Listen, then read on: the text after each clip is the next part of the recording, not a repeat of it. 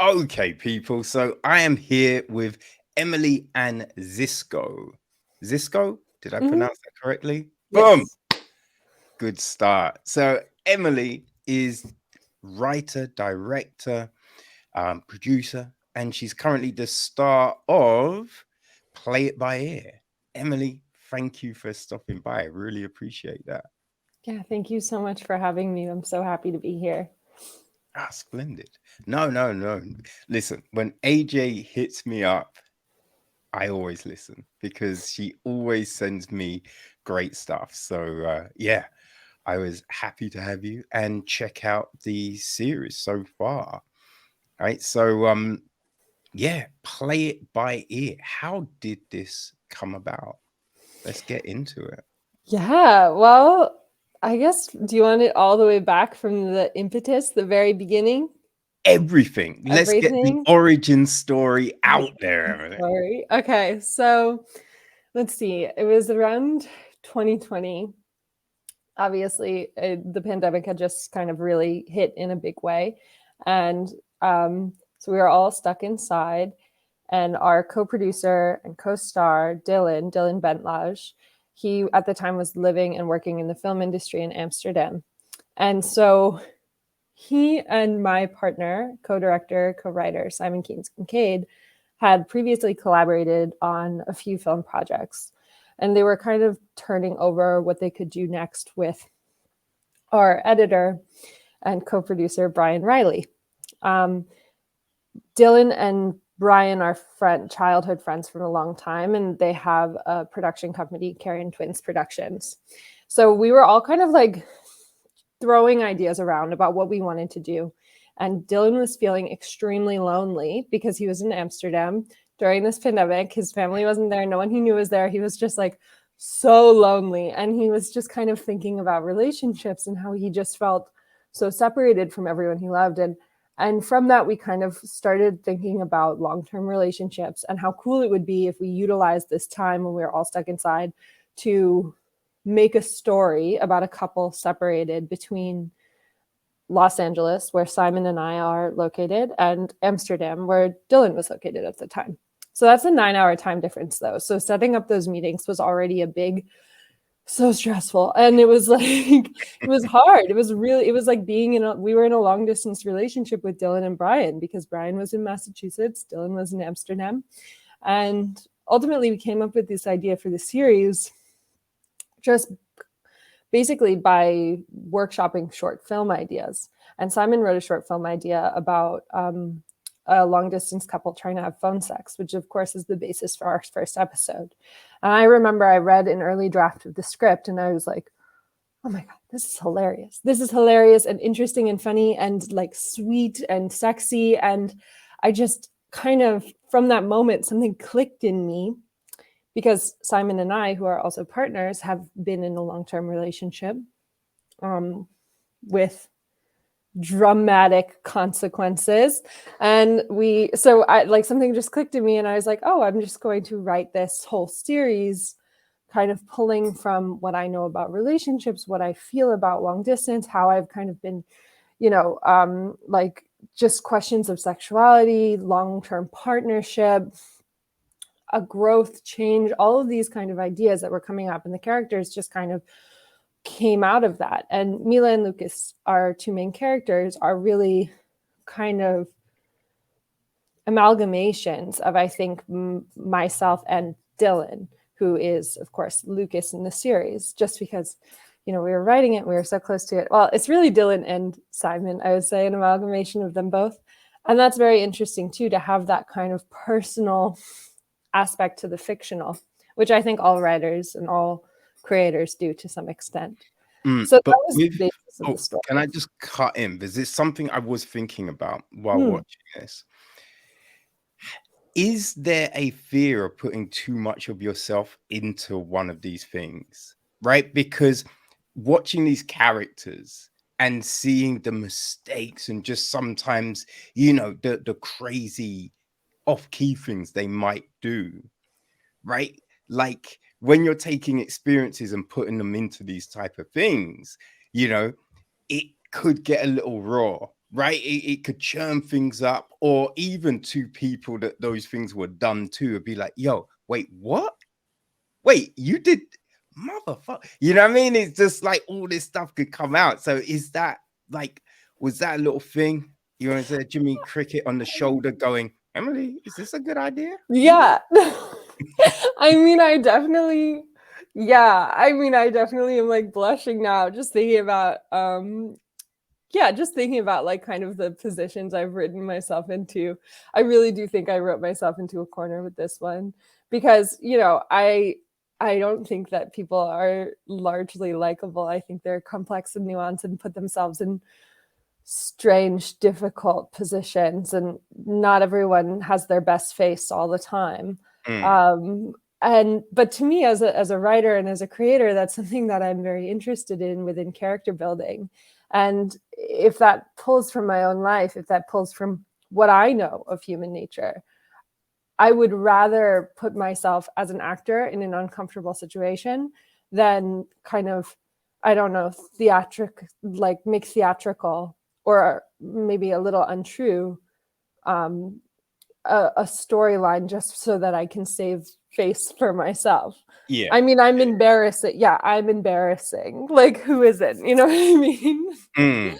Well, I think that's a big thing, right? And it's something that people have tried to move away from with social media, where it's just like, I'm great. Look at me at the beach. Look at me at this place. Look at me here. Yeah. And there's never the flip side of that. People don't want to put that kind of stuff out there. So I think people will assume everyone is up here, right? Everyone is always on top form, when it's just like some days you just feel shitty. And sometimes, even when you love someone, right, it's opening up, right? You tell people so much stuff, but it's just like, I'm not going to tell them that. I can't tell them that. Or I thought I'm comfortable with this thing. So there's stuff that you hold back, or you need to get to that place where you can fully expose yourself. And sometimes that comes with age. Sometimes that comes with just being with that person for a certain period of time. But it's always interesting when these things get explored, because it is a gray area. You know what I mean? No, I totally agree. And I think honestly, like what we are trying to do with Play by Ear is make a kind of rom-com dramedy that is to some extent a little more grounded in how life really is. Life is a multitude of things. It's funny and sad and sweet and sexy and scary. And that was our ambition with the show too, is just being able to show a relationship not at its best, not at its like romanticized version, because that's, it's a relationship, it's a tapestry of moments. um yeah, that's something that I was really proud of in the work. No, I think you definitely, because I I believe that you're a couple, right? And it's an issue that sometimes comes up for me watching stuff, because I'm just like, I do not believe that these people care about each other, right? I don't believe they're a family. I can't buy this situation. But with this, I believe that you're together, Miller and Lucas. I also believe that you're a mess. I believe you're a Thank friggin' you. mess. And this is a stupid idea. I'm just like, yo, these cats ain't in the place for this. Yo, what are they doing? No, you're so right. I think that though making those mistakes is just like, they're your mistakes to make. I think that was, you know, I think in relationships there's, and I think in healthy relationships too, there is such a bandwidth to actually make mistakes with your partner, Mm, because you can kind of trust that like n- no one mistake will break the bond. yeah. That's and that's kind of what we wanted to play with within the series, is the idea of like how can you mess up over and over and over, and can you return to when does the mess ups become permanent? Mm, yes. And I think you can see both people are in the wrong a lot of the time. Like both have made mistakes. Like neither is clean in all of this. And I think it's an interesting point that Sammy points out, right? Because I think in episode 2, and you're like, oh, you know how Lucas is get like understanding information, and then she's like, well, yeah, and I know how you are at relaying info. So it's just like you both have these issues communicating certain things, and I think that is very telling with all the events that we're seeing over the course of like these first 3 episodes. Like how much of that came easy in the writing, and how much did you write something and be like, hold on, I'm not sure these people would actually talk like this, or if we're saying that this couple is this, they wouldn't interact like that on that thing. Yeah, that's a really interesting question, because the writing process itself, I think, was very specific to this project. So Simon, my partner, and I, co-writers, we both kind of took turns with the laptop. Like we were writing on Google Docs so we could write at the same time, because on Right. Yeah. the script software, you can't write at the same time with the other person. So we were both kind of drafting words in tandem. And I think what that did for the body of the work is it really fleshed it out from both perspectives. Something that was important to us in the project was having a balanced perspective, so that neither Lucas is the lead or Mila is the lead. It's the pair of them that have kind of this joint main character, hero, heroine aspect to the story.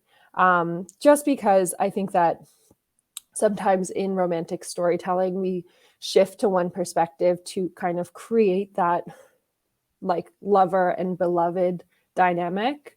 But in a equal partnership, that, it flows both ways. So in writing, I think that something we were focused on was making sure that our characters were speaking to, through subtext, of course, speaking to their problems within the relationship, their deeper hangups, these kind of notes that have stuck for, months and months and months, years and years and years. And in writing that, I think it was really interesting to be able to kind of think about like, okay, but he says this because she's done this before, or in the past, this has been an issue for them. And so it's kind of shaping the way that she's thinking about this situation now, or the feelings that Mila is having going into this conversation. It was really almost like an acting workshop in the process of writing itself.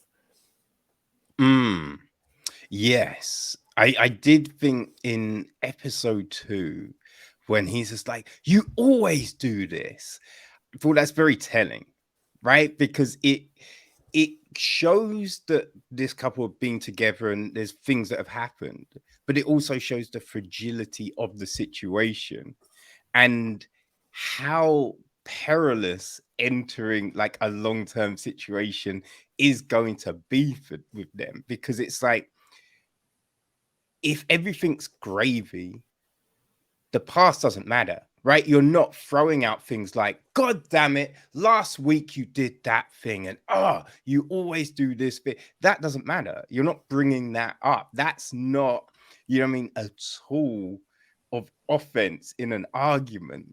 So it's some of the nuance in language has been really interesting to see.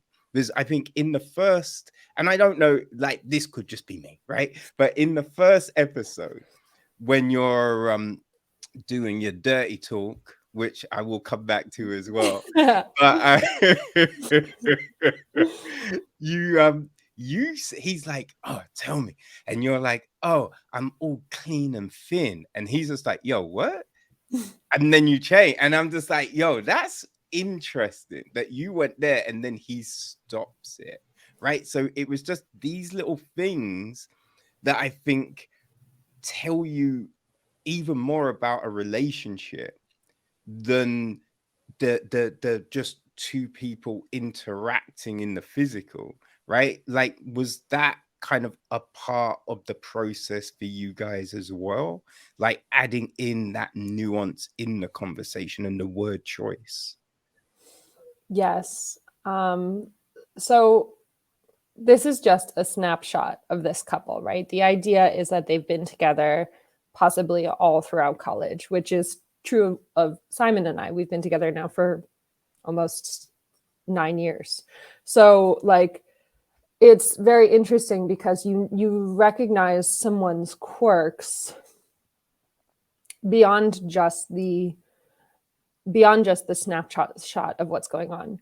Every Mm, conversation has several conversations before and after it.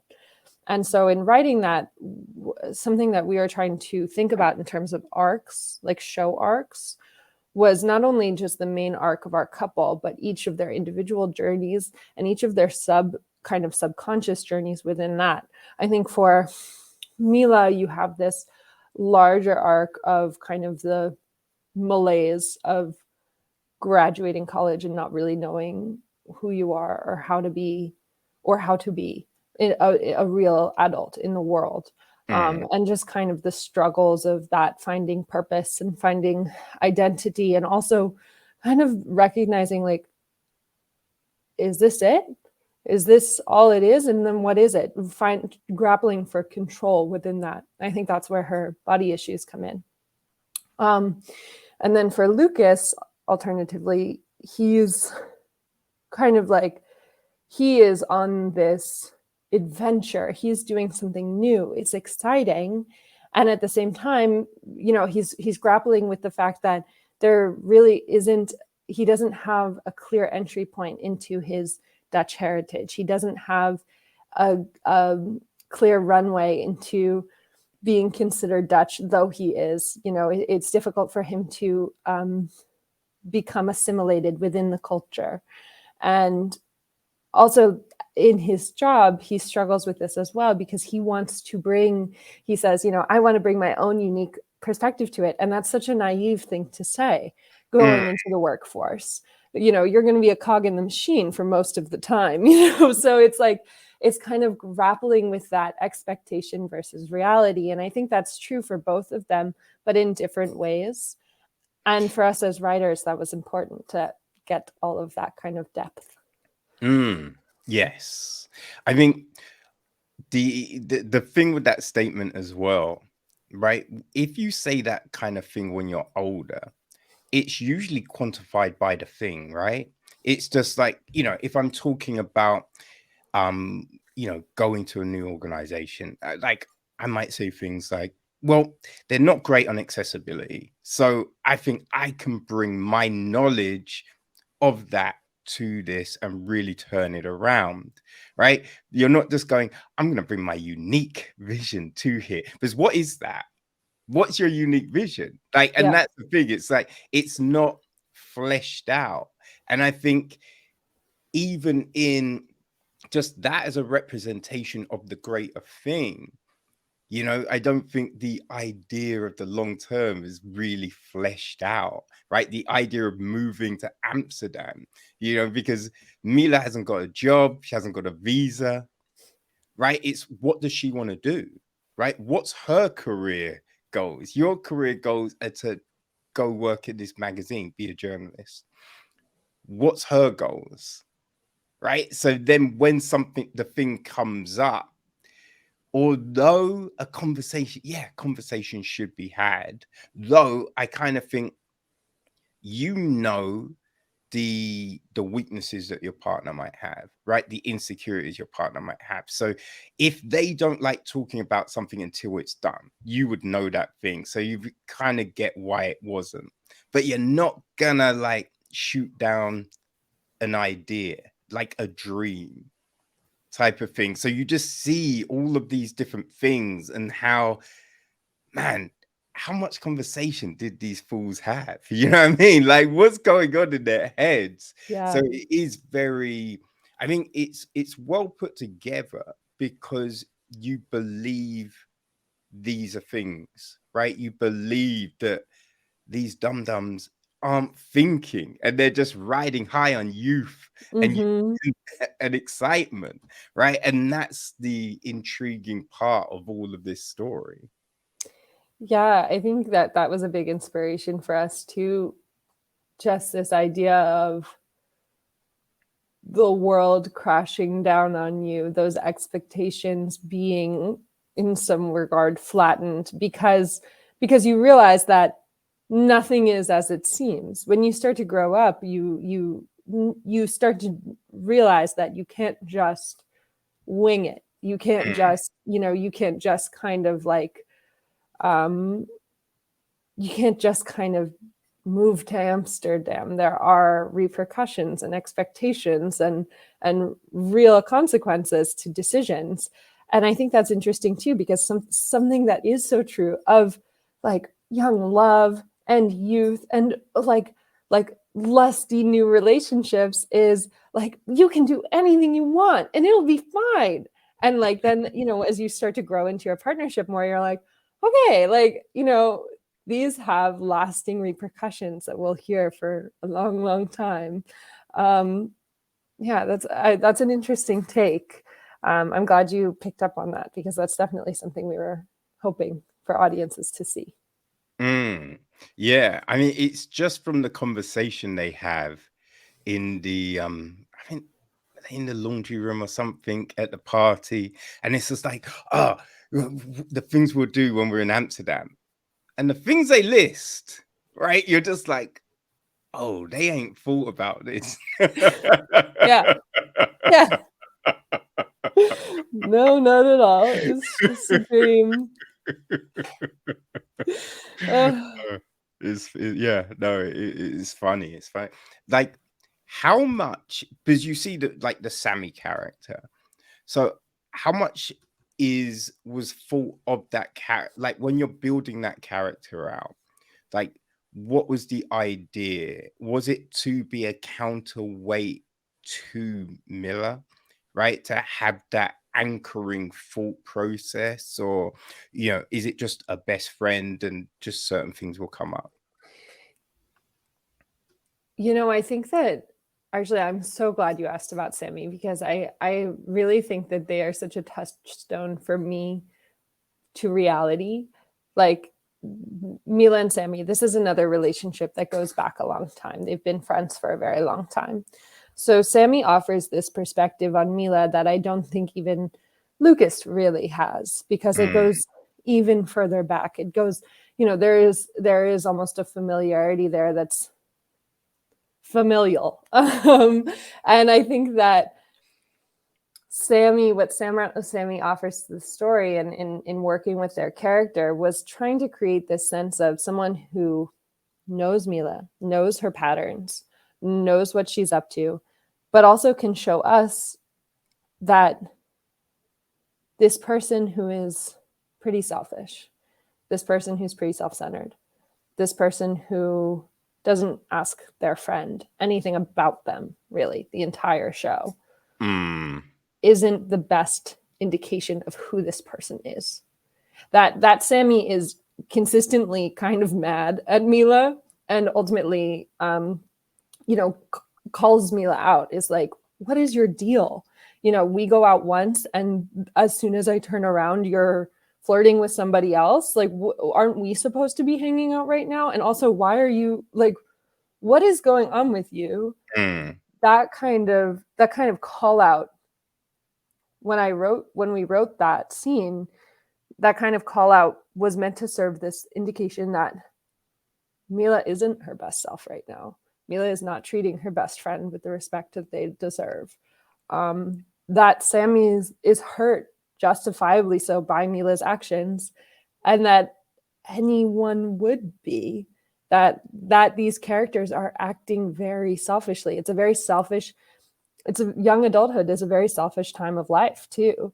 And I think to some degree that's almost unavoidable, but I think it serves to kind of investigate that too from someone else who's maybe not in that stage of life yet, or has maybe already gone through it and being like, what are you doing? Why are you doing, like, what kind of decision making is this?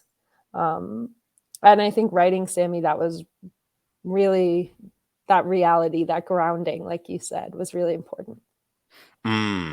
Yeah, I think that definitely comes across. And because also that's only something a real friend can be asking and saying, right? Yeah. So again, like just that tells you how well they must know each other, because that can be said, and you see Sammy let certain things go and be like, okay, that's fine. But you can only do that if you're that close, if you've known each other for that long. So it's just interesting the way, yeah, that all has been playing out. Like with thinking about this show, and when you were thinking about Lucas and Miller, did you know how many supporting characters you wanted? And was it okay? So we'll have his boss, and we'll have her boss, and we'll have their parents, and we'll have. But did you think to yourself, okay, what roles do we want these characters to play as devices and mechanisms for the story? Or did you just go, okay, how would a parent be? Or how would a best friend be? How would a boss be? You know what I mean? Like, what was the thinking in building these characters and fleshing them out? Well, I knew that we during the writing process, we knew that we wanted it to be an intimate experience for sure. We didn't really want a ton of characters just because within the story arc itself, obviously every episode is, 10 to 15 minutes. We can't be introducing all these new characters. Mm. And by each character, we wanted to let each character kind of develop in a way that was more intentional than just, oh, the best friend that props up the plot, right? And so specifically with, like, for example, let's say Fenna's character. Fenna is Lucas's sister's friend. So she's like, a few degrees separated from him, but the idea was that, Lucas and Fenna always knew each other. They, she's a couple years older than him, and has been in his life a long time, just as kind of a family friend, a close friend of his sister, someone who's been around. And I think within that, by saying that there is a deeper relationship here than just, oh, somebody you meet at a bar, we explore this idea that, like, Fenna could be someone, Fenna could be kind of Lucas's partner if Lucas hadn't met Mila, for example. That Yeah. she serves that kind of same, that she is compatible to him in a lot of the same ways. Yeah, she's the cheese to his mouse kind of thing. That little enticement that's there. And it's like, will the mouse take a bite? What's going to happen?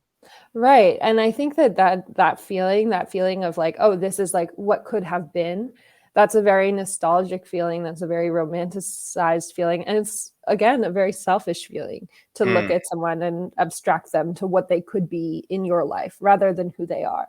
And that was important to us too, because we wanted to offer our supporting roles, our supporting characters, these autonomies within their own arc. And we really see how that kind of comes to play in the second part of the season. Right now, only the first 3 episodes are out, but the second 3 are coming on June 21st. And the second 3 really does really kind of flesh out more, what are the consequences of abstracting someone to be what you need them to be rather mm. than who they actually are. And I think that's true for, we see that in the 3rd episode with Sammy and Mila. We see the beginnings of Mila doing the same kind of thing to Ridley. And I think that teasing out that dynamic gives the supporting characters more space to play within themselves. Yes. No, it's definitely one of those things where you're intrigued to see where this can go. And also, when you're dealing with that situation of, if they were both together in one of these places, right? If they're both in LA, if they're both in Amsterdam, what would these situations be, right? But when you're separate and then there's this loneliness, then how does that change everything? How you see people, how you interact with a supposed friend who, when you're happy, they're just a friend. But then when you're lonely, it's just like, I mean, we do get on. And she does look cute in that top. You know what I mean? Everything just changes. And so that's really interesting. And I think episode 3 really put the spotlight on that kind of thing. Yeah, and I think too, like I think that our actors really took the script and ran with it as well, as far as all this subtext goes. Um, I think that they just brought so much life to the characters in the sense that they were willing to ask those questions like you're asking now, which is like, what is their story behind this series? What's going on with them before we start rolling? Here's what I think's going on. And I think they did such a lovely job with that. So how did you help people get into those mindsets? Do you give a back history? Do you give a playlist? Do you give kind of I can't think of the word. Examples. Yeah, simple word. But when you're like, okay, so you're like this person from this film or this TV show, that's what this character is in this context. Like, did you do those sort of things, or is it just sitting down with people having those conversations when the questions are asked? Yeah, I think going back to even the casting, we were really interested in finding people who brought something of themselves to the character, because this is such a personal story. We wanted to be able to find actors that not only played the role but understood the role, maybe on and were able to bring some personal feeling to the characters and their purpose. So with that in mind, we really looked in terms of like offering them backstory. We had long discussions about what each character was to each person. So, Ridley, for example, who Ridley was to Mila before they see each other at the graduation party. Were they close friends? Did they have a class together and were kind of like, flirty in the class? What was the vibe before we see them graduating, right? In episode 2. And Elise Martin, who plays Ridley, she brought such an interesting solemnity to Ridley's character. We had written her as sort of this like LA cool girl, just someone who Mila really wants to think she's so cool. Just someone who's like, pretty and nice but also incredibly aloof and funny and smart, but like in an intimidating way that's a little like never calculated, but always sort of performative to that degree that you can't really like penetrate exactly who they are. I think there is something so seductive about a mystery. Everyone does, I think. And with that said, when Elise read for the role and she started kind of playing with the character, she was bringing so much backstory into, like, for example, why Ridley is a little more aloof, why she doesn't feel comfortable letting people see her true colors, that maybe the extent to which Mila does see Ridley is as vulnerable as Ridley is willing to get with people. and then the dynamic that brings into a situation. Because when you have someone who is seeing like, oh, they're so aloof, they're so impenetrable, they're so indifferent, versus someone else who is like, this is as vulnerable as I can be to another human being, and them still seeing that kind of version of them, it's a really interesting concordance of miscommunication, misalignment. And so I loved that kind of subversion that Elise brought to the character. I thought it was incredibly nuanced.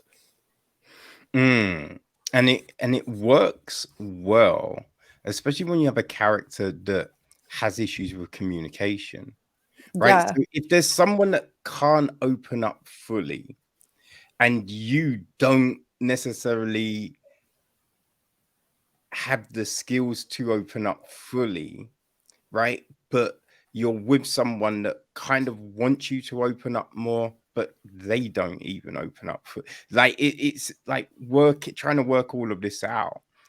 There's someone that obviously isn't trying to show their full self could be very appealing, because it's just like when if you're thinking about, a potential with that kind of person, it's just like, well, if they're not opening up and I don't have to open up, that could be great, because I don't then have to reveal this side of me or open these wounds. So I think you're kind of seeing that as well. Well, for me anyway, but I might be wrong in saying that, because I think that's the problem with watching this kind of stuff, is you kind of look at past experiences or how you've grown in certain situations, and you'd be like, I think they're doing this, or maybe they're doing that, but it's like possibly not even the intention of the show or the scene at all, Yeah, and I think too there's something like, then there's also the sexuality component of it within the story, like Mila's trying to explore her queerness and what that looks like. But I think that in doing so, she projects a lot onto Ridley. And to some extent, like, Ridley is receptive to it, but our show does raise the question, like, what kind of integrity do you owe to someone when you engage in any kind of relationship with them, not just sexual, but like romantic, friendship, boss employee, all of these kind of different relationships. It's like, what kind of value do you put on display, or what type of value do you want to bring anytime you connect with somebody else, and what does that do to the other person? Yes, I think there's a great podcast called Sensational, and this point was made because I think I believe it's Harry Styles has said that he's bi or fluid or something like that. But then someone pointed out that he's only ever been in opposite sex relationships. So then the integrity of that statement is put out there, right? And we see people do these things, you know what I mean? Be like, oh, I'm this, because they know that a chunk of their fan base that's going to work with those people, right? But it might not be true. And I think people do that. They'll say certain things because they think, oh, that person will like this.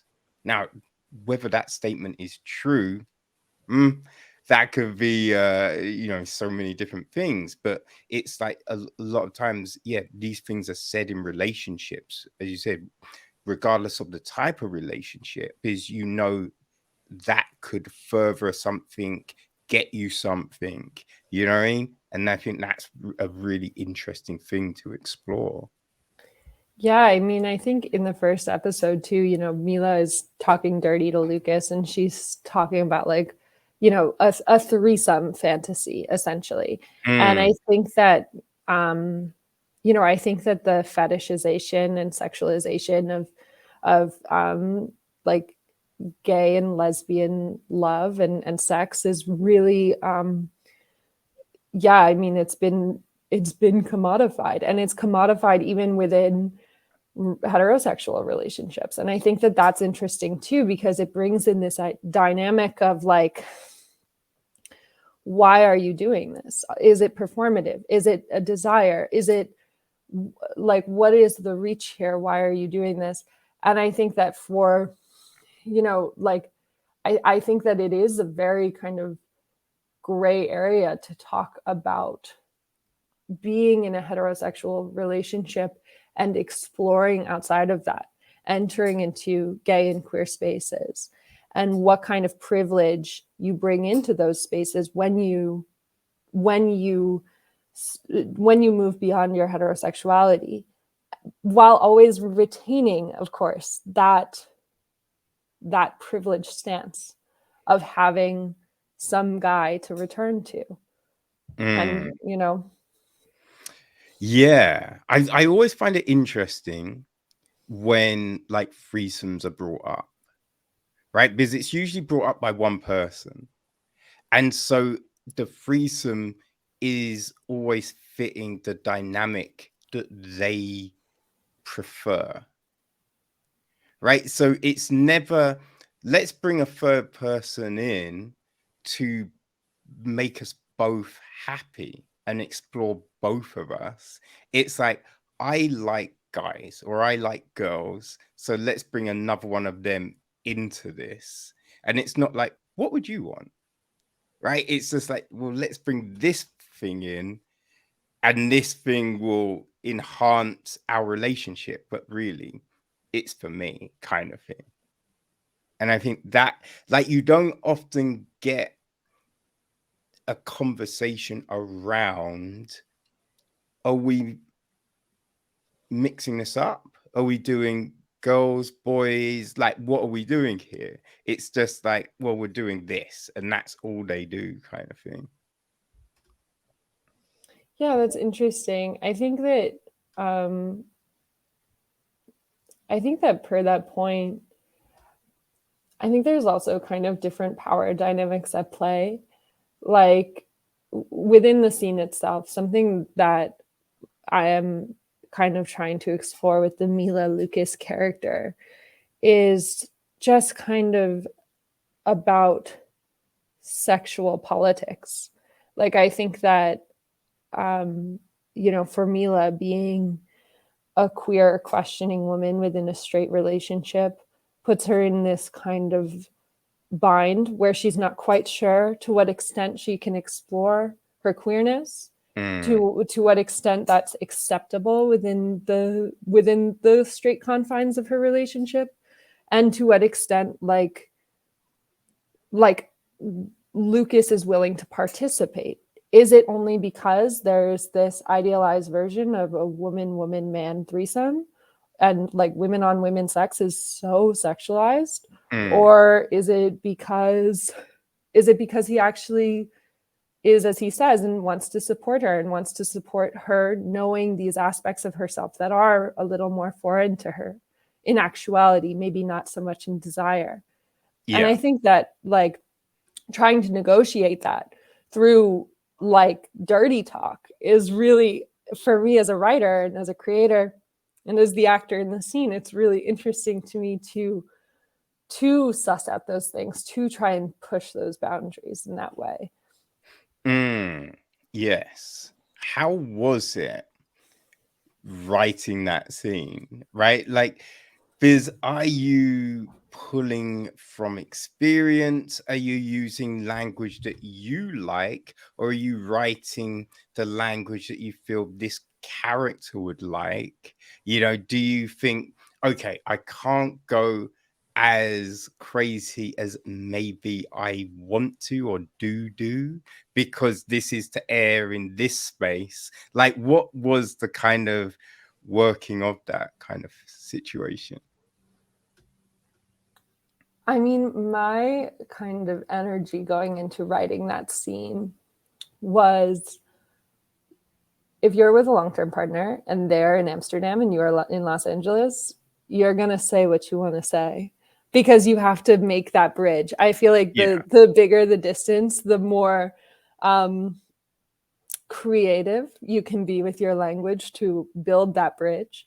And so writing that scene, that was definitely just like, it was what someone would say to someone else when they were trying to be hot, sexy, fun, and also when they were comfortable enough to say those things, to push those boundaries. I think that that's really interesting.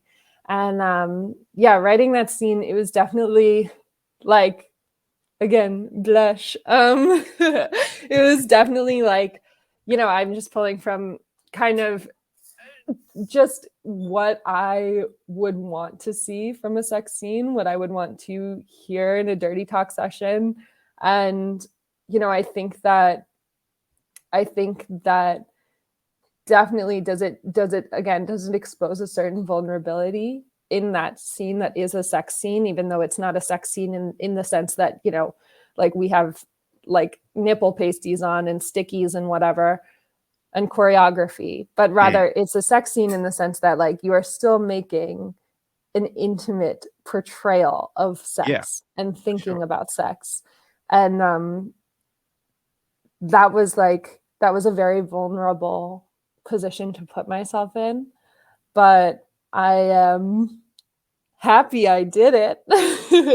And like, I mean, yeah, like, was it, was Dylan and I both were like a little kind of like, fluttery on set and a little red faced, but I think that again, it is creating the work of exploring what sex is beyond just what we know it to be portrayed in film, which is the physical act. But it's also the emotional act too. I think both are really in tandem in this piece.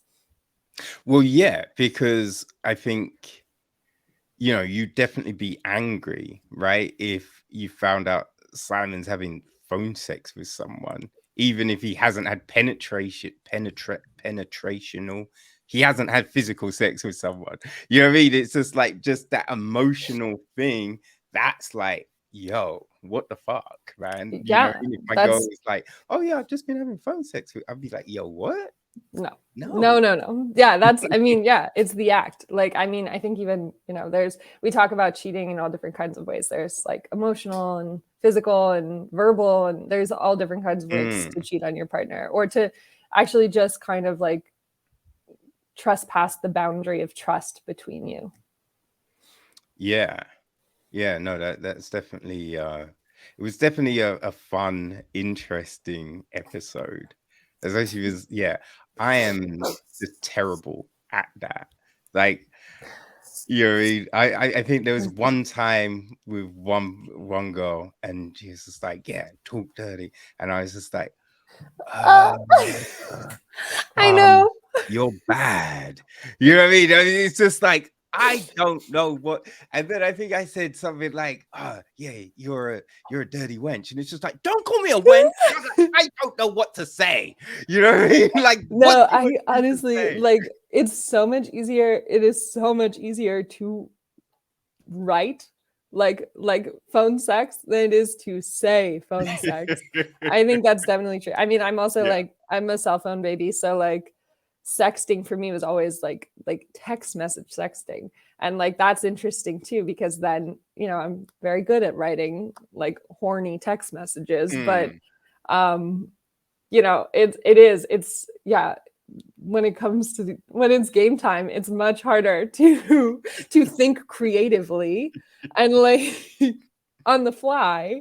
Yeah, and so it was really nice to have a script, and it was fun to kind of think about like how again getting tripped up as soon as like the moment is lost and it's like I forget yeah. everything about sex. I don't even know what I'm doing here. Oh man. Yeah, no, that was it was a well put together piece. I like that. It Thank was you. interesting. Yeah, we definitely wanted, I keep saying like we wanted to begin the story with a bang, literally. Hmm. Or a pop Yeah. even. Oh man. Like when doing this and having all the actors and stuff involved, was there like a kind of a thought that how are we gonna cope and deal with like anything that these things, these situations, these words might bring up? Because like if you've been in a long-term relationship and you got cheated on, right? You think you're over it, and then suddenly you're playing this role, and then all of those things might come flooding back, and then you're asking someone, be like, okay, sing, and they're like, and you're like, yo, what's wrong? And you're like, nothing. And then, you know what I mean? People get in their heads or just dealing with Mm. certain things. Like, what kind of, how did you think about that aspect of this? Honestly, if anything, I think it added to the performance. Like I think that like I was telling you, we had a ton of people on set who were in long-term relationships. So everybody had an emotional excuse me, an emotional connection to what was happening on screen. And I think that, or playing out on set that day. Mm. And I think that that really kind of allowed us all to go deeper within the characters because we knew what it felt like to get that phone call, or we knew what it felt like to like kind of realize somebody else is on your partner's radar, or you know, like, or what it was like to have a terrible, shitty, no good day and not have anyone to turn to. And Mm. that feeling, that emptiness, brought out a lot in the characters, and that's especially true in the latter half of the season. Uh-huh. Yeah, no, it's definitely going to be interesting to see where this goes. Like with the ending, did you like think to yourself, I don't know, like you want to do something that hasn't been seen or like isn't predictable, right? Like it's not just okay, well, this is gonna like we can see where this is going. Oh, and it went to that place. Like, how did you decide to end it, and how over the course of this creation did that differ and change before the final boom? This is what it is. That's such a good question because that was so important to Simon and I while we were writing. We were like, okay, we're a rom-com. We know what the end of the rom-com looks like. So how do we break from that? How do we break from that structure? And I think in doing so, we allowed ourselves to get a little silly with it, and then circled back to sincere with that certain absurdity in mind. Because I think that, you know, without giving away too much, without giving away the ending, I think that sometimes something that film does is it's just ties it all up for us so that we can go home and be Mm, happy. And that's, you know, and we love that for our couple, right? But that's like no conversation is, and in life, no conversation is ever finished. no. And so we tried to bring that energy into our last episode. And our last episode, like, you know, there's just it's my favorite episode. There's some fun bits shot in the Van Gogh Museum, which is really exciting. And then, you know, it ends like we began, with a bang, only not a little bit different. No, the Van Gogh Museum is great. My ass got lost in that museum. It's Oh my God. sick. Yeah. I mean, I remember Simon and I went after a period of long distance. He was in Australia and I was in London, and for like 6 months. And then we met up in Amsterdam, and like we went to the Van Gogh Museum. And I remember just, it was such an opportunity for me. It's such a beautifully curated museum, and they tell such a story, you know, through this Mm, man's life. They weave such a narrative. And I like, you know, I was seeing my boyfriend for the first time in a long time, and I was just like, oh, this is bliss. This is art.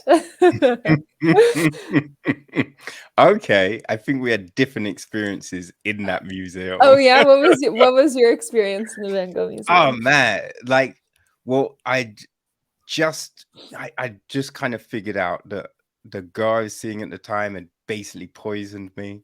So we were then in this museum, and then she just strands because I've got bad eyesight, right? So it's just it's difficult seeing things, and if we're somewhere and you step, you know, out of arm distance, I will not know where the hell you are.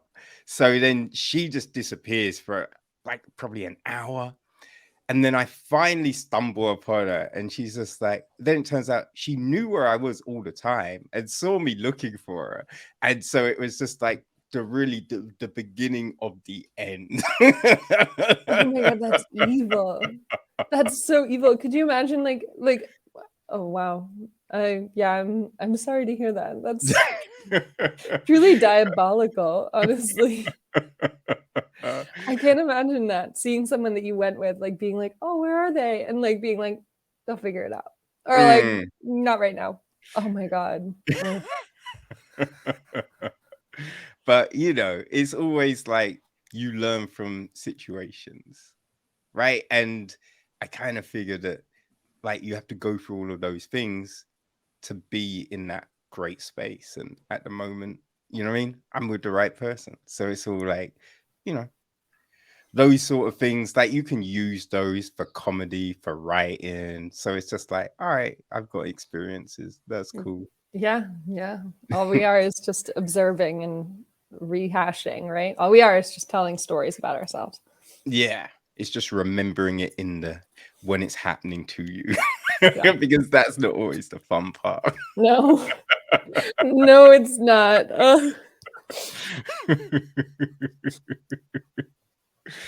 Oh dear. With because you released the first 3 episodes a couple of weeks back. Mhm. What was the thinking behind that? You know what I mean? Mhm. Because I've got to say, it's irritating as hell. Because you get to the end of episode 3, and then it's just no 4, 5, and 6. So Emily, you need to answer for this. What's going on? Well, I'm glad you're hooked. I'm glad we got you on the hook. So basically, we have a web series and it's released on YouTube for free. So anyone can watch it, anyone in the world. And that was our ambition and our hope, because we want people to see it. And in terms of the releasing in batches, the idea behind that was mostly just to get the first 3 episodes out, show this block of material, and hopefully allow people to like binge just enough so they're hooked without and so they'll come back for the next 3, so that we can build our audience for the first 3 before we release the second 3. And we didn't want to do we're not HBO, so it's not like we can release an episode every Sunday and millions of people come and watch it, right? So we needed to strategically think about batching and how to garner enough attention through batching the works together. And we also felt like, if we released episode 1 by itself, that's a lot to take in. But if you release episode 1 through 3, it's like, oh, a little more backstory, a little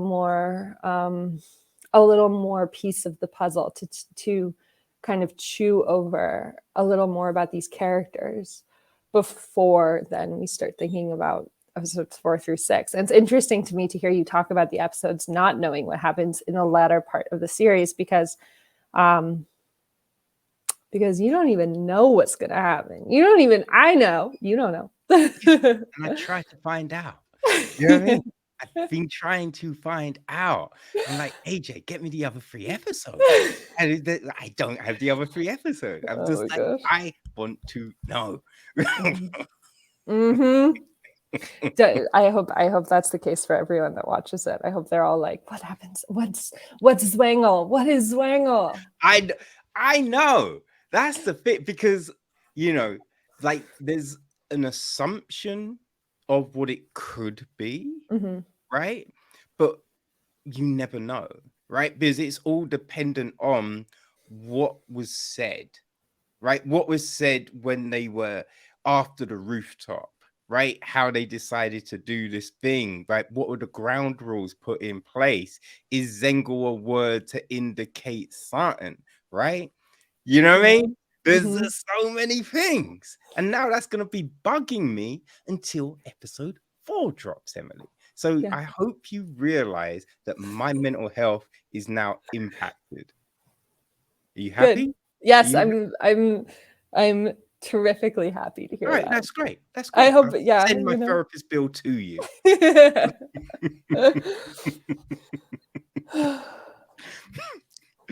Like, did you decide to do the batch before or after writing the episodes? Because it's like with episode 3 and the way it ends like that, which is perfect. Well, it's irritating, but it's perfect for this process. But was that the thinking in the writing? I mean, we just wanted each episode sort of ends with a little like, oh, what's going to happen now? That was the idea, so that we can again d- indicate that this isn't just a short film, or that these episodes, exactly where they're going. And then when we didn't decide in the writing, we knew that that was how we wanted to end each episode, with a little like, what's next? What now? But then in in post, when we were looking at the episodes and how they were shaping out, it was just a clear delineation of before and after. And for us, that was like really, really interesting. And yeah, it just kind of worked out. Uh-huh. Okay. Oh, that's cool. I think the behind the scenes stuff works very well to give people a bit more insight and that kind of thing. So when did you decide to do those little vignettes? Yeah, so we put those together like prior to our release is when we shot them. And the purpose behind them was really just to give people a better view at what was going on behind the scenes, as they say, but also just in our heads as writers, as actors, as directors, producing also, because we shot in these two locations. I think that people are just like naturally interested in the filmmaking process in that way, especially for indie film. And yeah, I think that we always knew, because we are so grateful to our fan base and our audience base and the people that support us. We're just always trying to give them the scoop. Like, we just want to tell everybody about all the things that we've done, just so that they can stay abreast on what this process was like. And Mm. it's fun for everybody to like, it's fun to rehash it. Like, this is such a joy too, because just to get to talk about the complexities of what it was to make a work. That's why you make a work. Um, and yeah, I mean, thank you. I like them too. I think they're fun. What was the hardest part of the shoot? Having these two locations and Oh just yeah, logistically, because, there's location scouting and all of that kind of thing, which, can be a pain, but if it's close by, you can do it. But when you have to do that kind of thing and it's in a different country, right? So yeah. how did all of those things work out? Well, I have a funny story about this. So, the hardest part was living in Los Angeles, shooting in Amsterdam. We got into Amsterdam 4 days before we started shooting. So Simon and I were so jet lagged, like zombie people. And and everyone was like kind of mad at us because we were there so close to the shoot. And obviously, like, you want to show up sooner, but it was just the confines of like jobs and plane Mm, tickets and everything, and trying to schedule it all out, and just allocate resources as best as we possibly could. And so we got there, and we had this big day. We had a huge day where we had to do a ton of scouts. and it was starting at like 8 in the morning. And so we took our bikes and we biked to the first location, and we were locking up our bikes on the canal, and Simon gets his keys stuck on his mitten, and he just tosses his keys into the canal. And I'm like watching this happen.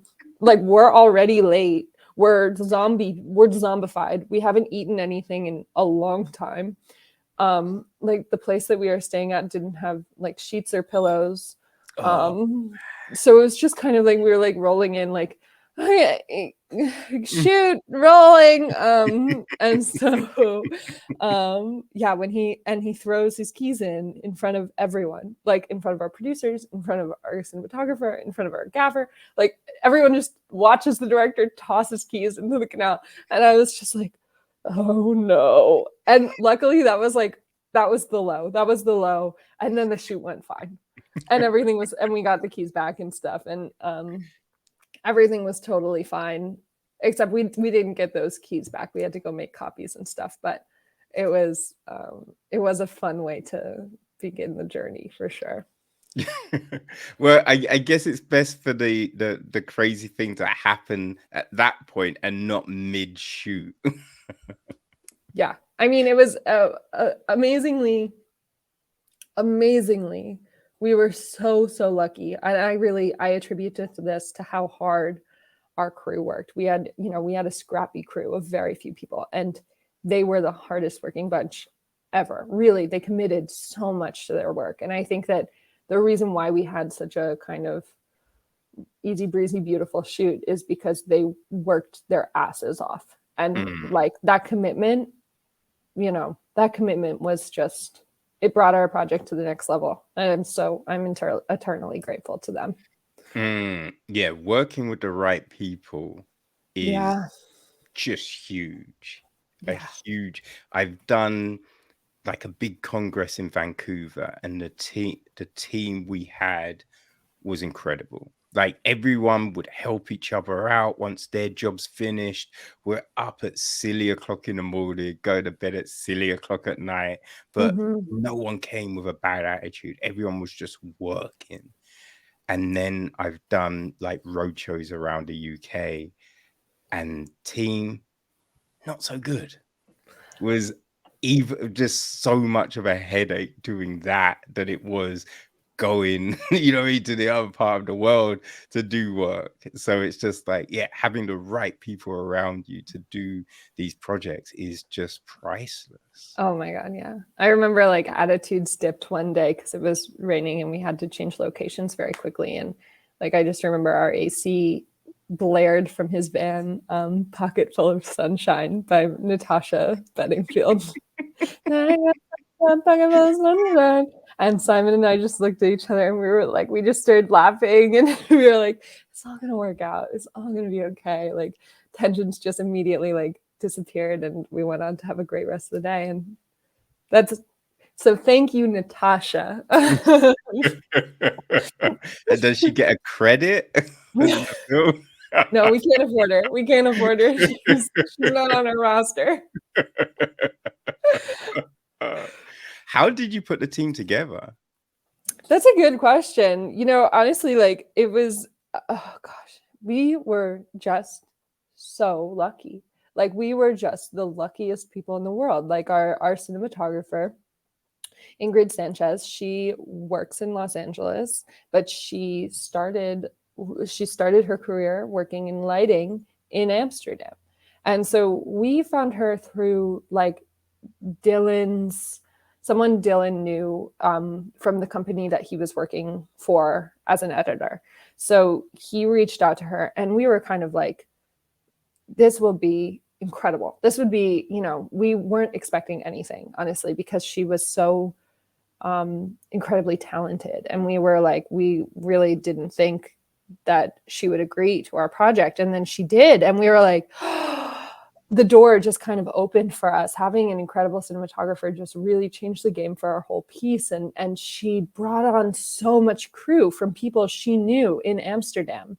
So her previous mentor was our gaffer. And, like then they brought their team on, and she had an AC that she loved working with, and we loved him too. And like it was just this beautiful kind of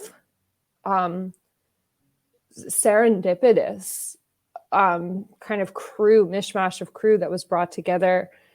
And honestly, Ingrid Sanchez, she provided us with this team of really incredible people, incredible artists. And then, you know, in the LA team, like our production designer, Marie Marchand, is a very good friend of mine, and we work together a lot. And in terms of our larger crew, Simon and I pulled from a lot of people that we know in the indie film space. And then we were lucky enough to kind of collaborate with a lot of local businesses for locations, and even you know, PA work. We went to our alma mater. We both went to Boston University, and so BU LA set us up. They were like, "Oh, do you need a PA? Like, here you go." And we got like a couple PAs from Nice. BU LA, where we also shot. So it was just this really beautiful, like, it was honestly like, it's incredible how much people are willing to give when you just ask them. And we had Ingrid again on for the LA shoot too, and she brought a bunch of her people, and it was just, you know, it just makes it like you said, working with a good crew, it changes the game. And being willing to, I think what I learned really from this experience was just asking people can take you farther than you could imagine. Like we shot in the Van Gogh Museum because we asked them. We just asked them, and they said yes. Damn. I know. That was great. That was the craziest one. That was like, they opened it up early for us and everything. And like, I mean, you know, the production value of our piece, let alone the experience of shooting in this internationally renowned museum, like, we just asked them. It's incredible. Oh man, that's great. Like, do you have any kind of like rituals, kind of things that you do to build chemistry with the crew that you're working with? Let's see. I mean, we had a big dinner before both shoots.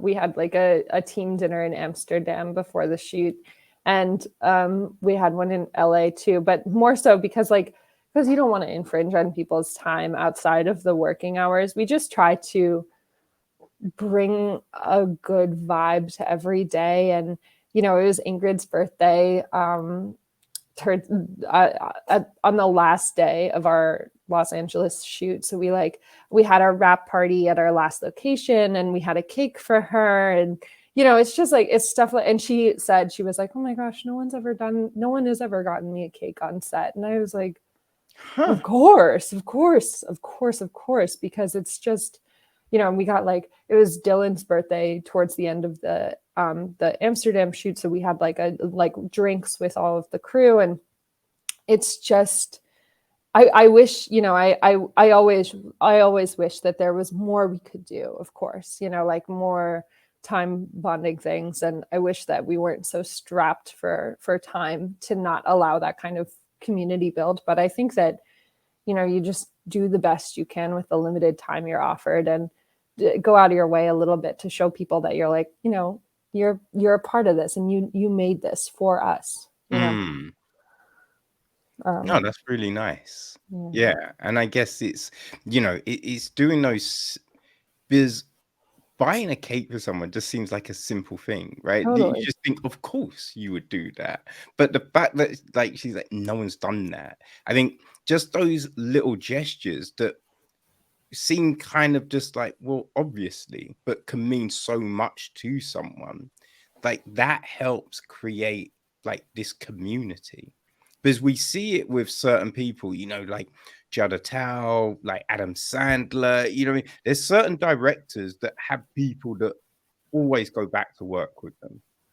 And you just imagine it's because there must be this great vibe on set, this great, community that get built. And I think it's just those little gestures and the things that you're doing that helps create that.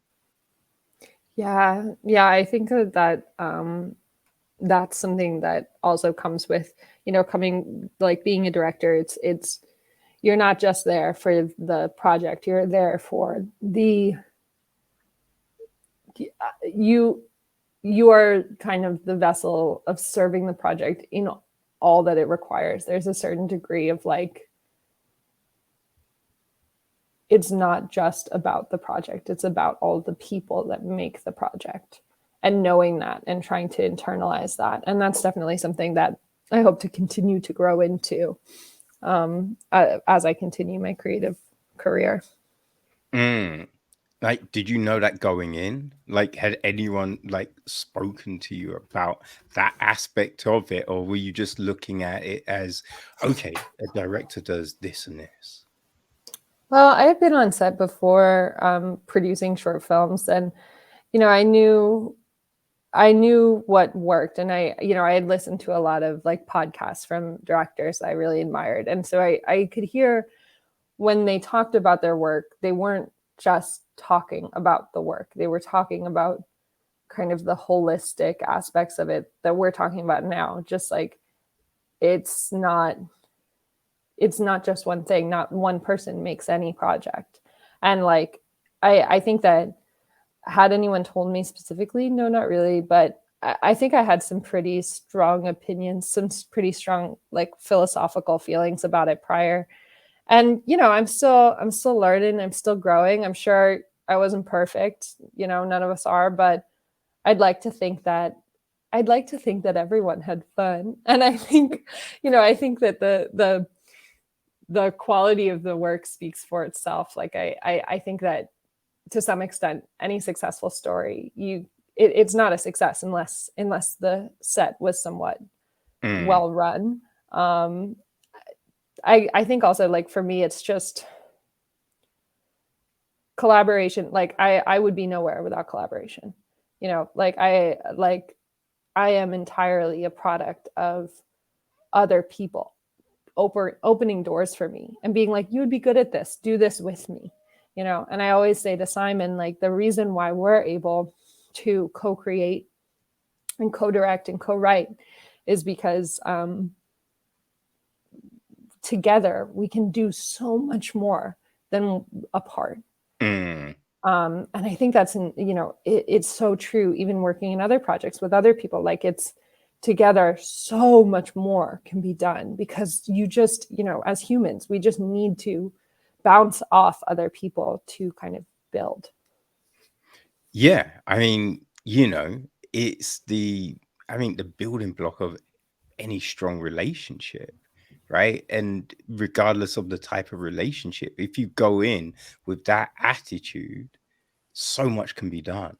But I think a lot of times people want to be the star of something, right? They want to be the last voice on this thing, right? And which then can stifle the process.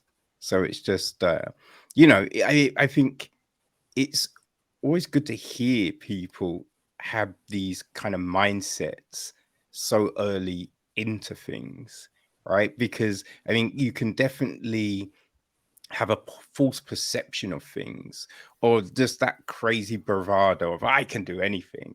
But like knowing that, to get the best out of anything, it's a collaboration. I think that's really, you know, gonna set you just to great heights, really. And just on this work alone, I think you're doing all right.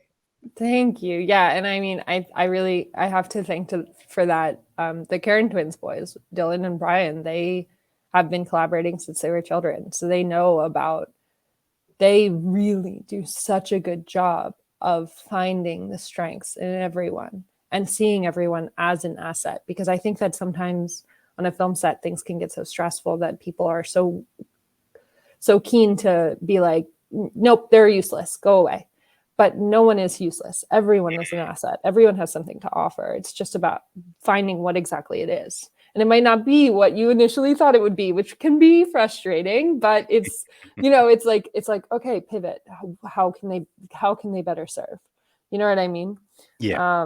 And yeah, those two boys are, men are extremely good at at that, that ability. They're so strong at bringing together people. Oh, that's great. No, yeah, that's great. Like, one thing before, because I realize I've been talking to you for ages, which I appreciate, but one thing I'm always curious about, right? Because when you think about all the stuff that's already out there that deals with relationships, regardless of whether it's long distance or just in a certain place, we've got. I remember there's a great series called Lovesick. I Um, love that series. oh my God. I love it. Oh my God. Dylan and I are going to be so happy that you mentioned that. Dylan and I like pulled heavily from that series. We It's love so that series. great. Oh It yeah. is so, and They're a I'm huge so inspiration to us. pissed that we haven't had the next one. I know. Me too. Because, it ends and they're together. And I'm like, yeah, but what if they're not good together? What Yes. if this whole time they weren't good together? Yeah. I There's so much more to be explored. shivers. The first name of the series was Scrotal Recall. Yes. When it was on Channel 4, that's what it was. And I was I just know. like, that's amusing. But how many and especially the way they kind of frame the episodes, and it's like that recall to this and blah blah blah. So but then when Netflix picked it up, I was They're like, like, cut "What's it. Lovesick?" You know what I mean? And then it's I just like, know. oh yeah, I guess they didn't really think they could market scrotal recall. Scrotal. But I love that, I love that these indie filmmakers were like, we're naming our show Scrotal Recall. That's what it is. And we're saying it with our chest. And and Netflix was like, no, Yeah. absolutely not. Oh my God. Yeah, I love that show. I love Oh that show so man, much. so many people don't know that show, I know, it's and crazy. I'm like, that is so good, like It's yeah. so much better than so much of the other stuff that's out there. Because It's like such a good rom-com, and I think it deals with relationships in a natural, like there's certain things that deal with relationships well, like Richard Linklater's Before trilogy. I Mhm. love that so much. Oh, you're really just saying all of our references. We, of course, had the Before trilogy as a huge reference point for us as well. Okay, yes. Anything else you love? Oh man, there's so many different things. Like there was this black and white film called In Search of a Midnight Kiss Oh, I that haven't I heard of that really one. enjoyed. Yeah, it's I believe if you saw Monsters, the Gareth Edwards film, his feature debut that he made, but using a Mac, right? There's a film called Monsters, which is really, really good. Okay. And I think the lead character he had in that was then in In Search of a Midnight Kiss. And it's like just this couple walking around on New Year's Eve, are kind of just like exploring relationships and how they could be together and what they're looking for and what's the end goal and this whole thing kind of thing, which Oh, is wow. I yeah, love that. it's really Love that. nice. Oh, that sounds really good. Okay, I'll write that down. Yeah. Yeah, so like with all of these things, you got Garden State, Eternal Sunshine, just think of all of these different shows and things. Like, was that a a thing where you're thinking about creating, this show and you're like, okay, I don't want to be like that, or I want to be of the same level as this. I want it to have the same kind of resonance of something like, Scrotal Recall, right? I want to have that same honesty, but with that same humor. Like, how does that work for you? Is it a hindrance? Is it an aspiration? Or do you not really try and think about that and just go, no, I'm just creating this and it's going to be the best thing I can do. Yeah, I think in terms of Simon and I definitely, in the writing, we definitely watched a ton. We watched a ton of kind of these references. Like we watched a ton of, Girls, Insecure, the Before trilogy, Normal People, Lovesick, uh, You Are the Worst. That was another one. Oh, And I just like for us, I think in striking a tone, it wasn't as important because we we write in our own tone, I guess, mm, and I think our voice sings pretty strongly on the page and on the screen, and we weren't really trying to do the kind of comedy or the kind of romance that we had seen before, because I guess I'm of the point that like life is only a little life is pretty funny, but it's not so ha ha ha ha ha funny mm, all the time. yes. And like life is pretty and relationships are pretty romantic, but they're not so romantic all the time. And just again that kind of like seeing both sides of what things could be. And I think so we didn't ever try to adhere too strongly to, okay, this is a comedy web series. That was actually important to us to delineate from that, because I think something that our show brings to the table is we are, I don't know if you've ever seen Scam. Um, it's a European show about teenagers who are in love. And it's kind of this. I remember I watched it when I was in college, and it was like short episodes, and each one was kind of serious. And I was just like, these aren't really television episodes. They're shorter than that. And I remember I was like, oh my gosh, like I want to make something like that. I want to make something a little more bite-sized, that is a little more consumable, holds your attention for the time that it has you, but doesn't ask too much of the viewership, and in doing so doesn't push any genre more than what is within the writer's purview. Mm, Because I think both of us, Simon and I, both really aren't genre writers, but having this huge canon of incredible series and movies and books to pull from really offered us just this kind of like grounding, like we are in, even though we are different, even though we are singular, we are in the tradition of some of these things, or like we are exploring these concepts that these other shows have explored, or taking this humanness from and this comedy and pulling that way. mm. No, I like that, right? Because I think sometimes things get too caught in the trope, right? Going, oh, we have to be a comedy, when it's just like, well, I mean, just tell the story, right? It's something I really liked about Blade, because there was humor in Blade, but it wasn't trying to be ha ha ha all every 5 seconds. And I'm just like, yeah, because that's how things are. You can have a serious conversation with someone, but then at one point you're laughing and then it's serious again, right? Yeah, And that can be life, right? So it's being able to create things where it's not confined in a box. It's not like, well, this has to be, sci-fi, or this has to be comedy or horror, but it can just be wherever the story takes it for that moment in time, right? That's what's totally. really compelling. So I think watching yours, it's yeah, the humor didn't feel like it was forced, and then you've got these serious moments and everything like that, and it worked really well. I could definitely see a Girls kind of, there was a bit in it, I forget which episode, which did remind me of Girls, but Girls frustrated me. I ducked out early on that show. um So I'm still with you. So yeah, we're all good.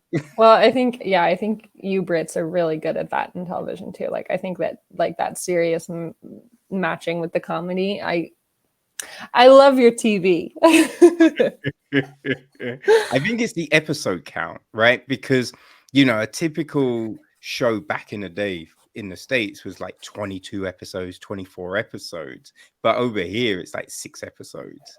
So you don't have to create those filler episodes, right? The Yeah. story can be real sharp and concise, which I think was the big thing, like about something like The Office, the US office and the UK office, like that difference between, because Gervais was just like 2 episodes. That's all it, two series is what it needs. And we'll do a Christmas special. That's it.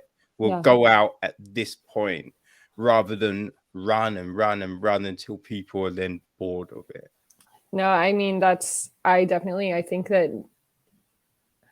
don't think that I know that it like serves marketability or whatever, but I don't think that serves the characters. And in not serving the characters, you're robbing the audience. Mm, Like you I don't know. I think you always have to be a vehicle for story first and not all these other considerations like, marketing and um the ability to sell and stuff. But what do I know? My web series is on YouTube. So but right, I think we've seen, I think in recent times, and especially during the pandemic, right, that certain things get so much traction on YouTube. You know, mm, a load of comedians like Ari Shafir, Shane Gillis, Dan Soda, Big J Okerson, so many people, they've dropped their comedy specials on YouTube, and the numbers are insane, mhm, right? And I think because it's a free platform, so anyone can discover it, anyone can come to it.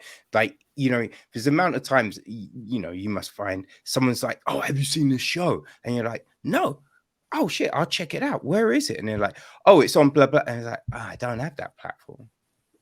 Right. And I don't yeah, really want to pay for it just to watch this show, or, yeah, you know what I mean? So then it's just like you don't watch a show, or you watch a show when you go to someone's house, or, you know what I mean?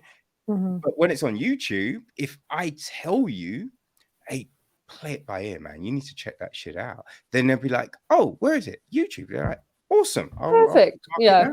You know mhm, what I mean? And I think that's the great thing about having something on YouTube, is it gives you the opportunity to get even more eyes on it, even and worldwide as well. There's no, you know what I mean? limit. There's like Yeah, over no here, barriers. we get Hulu stuff on a thing called Stars on Disney Plus, Yeah, right? But there's shows that we don't get. mhm. And so, when it's on YouTube, doesn't matter. We can watch it, we can ingest it. Yeah, I think like because we want this to be a global series, right? Like a good quarter of it is in Dutch. Mm, So it's important to us that we have the ability to be seen globally. And so just the democratization of releasing for free for us anyway was just kind of obvious because and also, you know, again, I'm not HBO. I'm not, like I'm just trying to get people to see my stuff. So like where do they get to see it? Do they get to see it like, if I hold on to it until somebody decides to distribute, or if I, get like 26K views on my trailer, which I did, which we did. Um but yeah, I mean, like, yeah, I think that I don't know, for me that's just kind of I could see if we had the opportunity to make season 2 and there was someone who wanted to host the season, I could see it not being on YouTube. But at the same time, I make art so that it can be seen, not so that it can be sold. mm, mm. So, give someone the first view rights, and Mhm. then you'd be like, all right, at this point, then it goes on YouTube.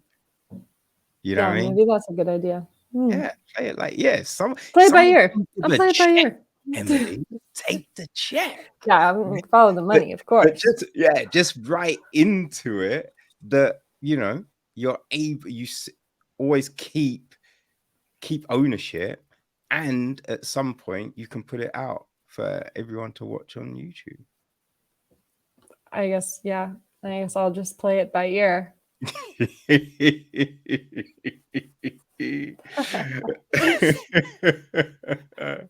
I mean that. I mean, obviously, I've got so many more questions, but I think that could be a perfect way for us to pull the curtain on Sure. this. Unless you've got anything else that you'd like to throw out there. Um, I guess the last thing that I'll say is that episodes 1 through 3 are available now on YouTube at Karen Twins Productions, and episodes 4 through 6 come out June 21st, also on YouTube at Karen Twins Productions. And if anyone's listening, we will be having our in-person premiere at the Dances with Films Festival in Los Angeles on June 24th at 11 a.m. at the Chinese Theater. Nice. And how can people get tickets for that one? Well, that's a good question. I think that the best way to find all of these links is to follow Karen Twins Productions on Instagram at, I think it's just Karen Twins. Let me confirm that. Okay.